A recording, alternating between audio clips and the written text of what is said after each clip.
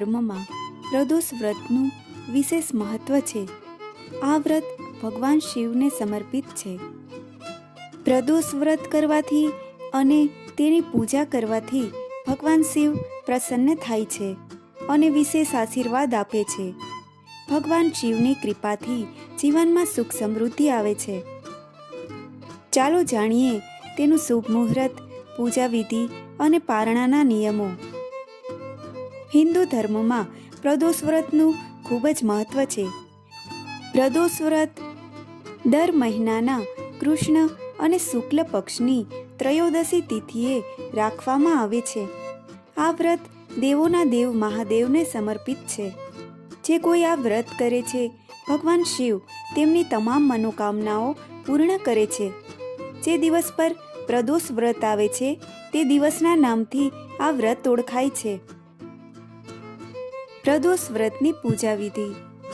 વહેલી સવારે ઉઠી સ્નાન કરવું, સ્વચ્છ વસ્ત્ર ધારણ કરી વ્રતનો સંકલ્પ લેવો, પૂજા સ્થળની શુદ્ધિ માટે ત્યાં ગંગાજળ છાંટવું, એક પાત્રમાં શિવલિંગ સ્થાપિત કરી તેને પંચામૃતથી અભિષેક કરવો, શિવલિંગ પર બીલીપત્ર અને આંકડાનું ફૂલ ચડાવવું, ભગવાન શિવના મંત્રોનો જાપ કરવો, શિવપુરાણ અને શિવતાંડવ સ્તોત્રનું પઠન કરવું, પ્રદોષ વ્રત કથા વાંચવી, સાંજના પ્રથમ પ્રહરે સ્નાન કર્યા બાદ શિવજીની પૂજા કરવી, આરતી ગાઈ પૂજાનું સમાપન કરવું.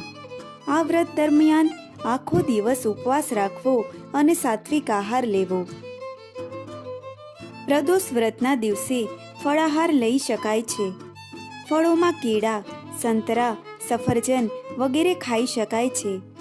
દૂધ, દહીં, સિંગોડાના લોટનો હલવો, સાબુદાણાની ખીચડી અને સામાના ચોખાની ખીચડી અથવા ખીર ખાઈ શકાય છે. સૂકા મેવા અને નાળિયેરનું પાણી પણ લઈ શકાય છે. લસણ, ડુંગળી, માંસાહાર અને દારૂનું સેવન ન કરવું. ઘઉં, ચોખા, રોટલી, લાલ મરચું અને સાદા મીઠાનું સેવન ટાળવું. વ્રતના નિયમો.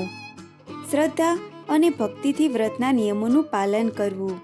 ગરીબ અને જરૂરિયાતમંદોને દાન કરવું. ઘર અને મંદિરમાં સ્વચ્છતા રાખવી. આ દિવસે ઘરને પવિત્ર કરવું.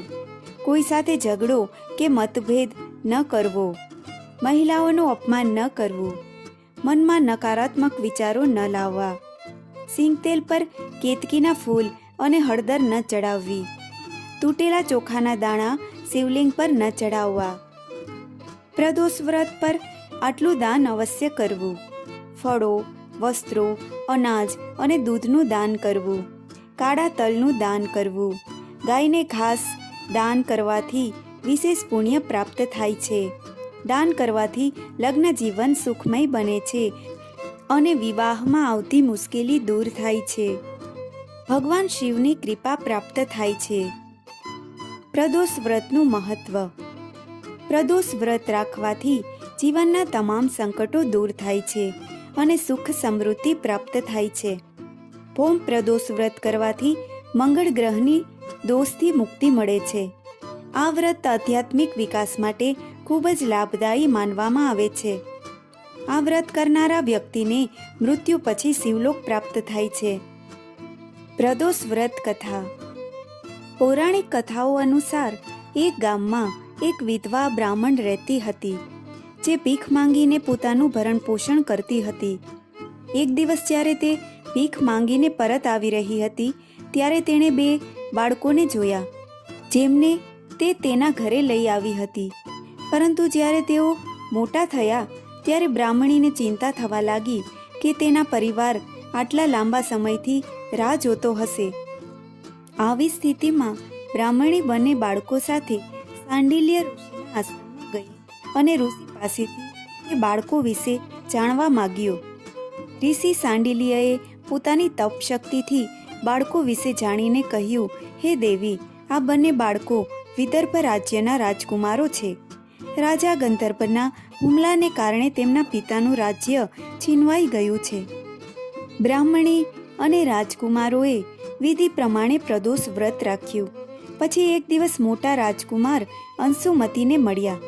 બંને એકબીજાને પ્રેમ કરવા લાગ્યા. ત્યારબાદ અંશુમતીના પિતાએ રાજકુમારની સંમતિથી તેના લગ્ન કરાવ્યા. પછી બંને રાજકુમારોએ ગંધર્વ પર હુમલો કર્યો અને તેઓ જીત્યા.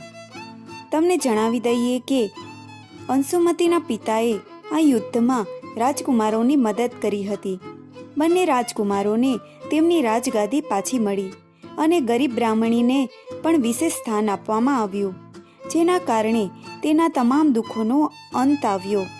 શાહી સિંહાસન પરત મેળવવાનું કારણ પ્રદોષ વ્રત હતું, જેના કારણે તેમના જીવનમાં ધન અને સુખ પ્રાપ્ત થયું.